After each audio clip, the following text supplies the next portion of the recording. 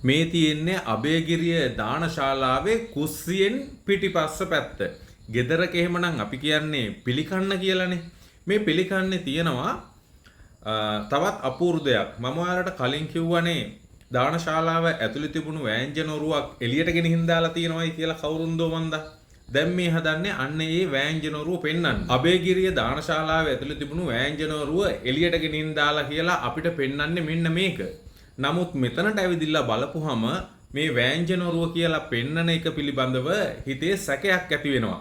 ඒකට ප්‍රධානම හේතුව තමයි මේ හැඩය.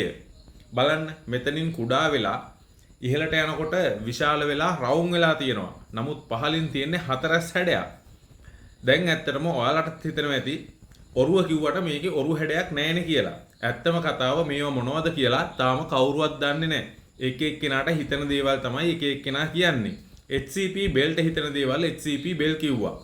සෙන්රත් පර්ණ හිතාන්ට හිතන දේවල් සෙන්රත් පර්ණ හිතාන කිව්වා. ඇත්තෙන්ම බැලුවොත් හැමෝම කරලා තියෙන්නේ තමුන් ඉගෙනගත්තු දේවල් අනුව ඒ ඉගෙනගත්තු දේයින් තමුන්ට මතක දේවල් අනුව යම්කිසි පුරාවස්තුවක් දිහා බලලා තමුන්ගේ හිතට එන දේ කියපු එක. ඇත්තෙන්ම කරලා තියෙන්නේ යම් යම් උපකල්පන ප්‍රකාශයටපත් කරපු එක. ඒක මහාචාර්ය පට්ටම තියෙන කෙනෙක් විසින් කරපුවාම හැමෝම ඒක පිළිගත්තා. සාමාන්‍ය මිනිස්සෙකුට හිතන දේ කිව්වහම ඒ මිනිස්සයාට hina වුණා. මහාචාර්යවරයෙක් විසින් කරන ප්‍රකාශය හැමෝම පිළි අරගෙන ඒක පෙළපොත් වලට පවා ඇතුළත් කළා. මුළු ජාතියටම ඒ කතාව ඉගෙනුවා. ජාතිය අවාසනාවකට හෝ රටේ අවාසනාවකට ඒ මොහොතේදී ඒ මහාචාර්යවරයාගේ ඒ ප්‍රකාශය වැරදි දෙයක් වුණා නම් මුළු ජාතියටම බොරුවක් තමයි සමාජගත වෙන්නේ. ඒ වගේම මුළු රටේම ඉතිහාසය විකෘතිභාවයට පත් වෙනවා. HCP බෙල් ඉදිරිපත් කරපු මතයකට විරුද්ධව කතා කරන්න සෙන්රත් පර්ණවිතාන කිසි වෙලාවක ඉදිරිපත් වෙලා නැහැ. ඒ විතරක් නෙමෙයි සෙන්රත් පර්ණවිතාන ඉදිරිපත් කරපු මතයකට විරුද්ධ වෙන්න රාජ් සෝමදේව කිසිසේත්ම කැමති නැහැ. කෙසේ හෝ Tamanගේ ඉහළ නිලධාරියා ඉදිරිපත් කරපු මතය ඇත්ත මතයක් බව ඔප්පු කරන්න විවිධාකාර දේවල් කියනවා. සමහර වෙලාවට එක බොරුවක් වහන්න බොරු 100ක් කියන්නත් සිද්ධ වෙනවා. ඒ තුලින් තමයි අපේ ඉතිහාසය වෙනස් වෙන්නේ.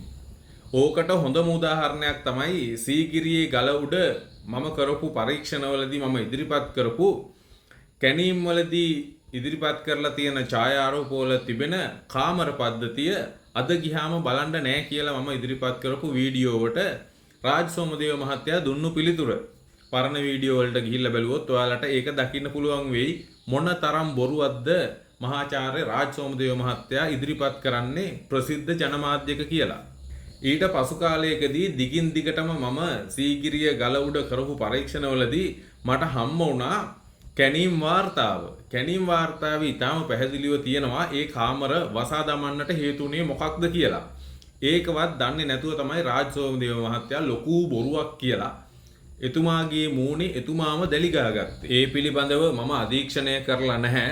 තොරතුරු හොයලා බලලා දැනුම් දෙන්නම් කියලා කිව්වනම් මොනතරම් ලස්සනයිද මොනතරම් වැදගත්ද.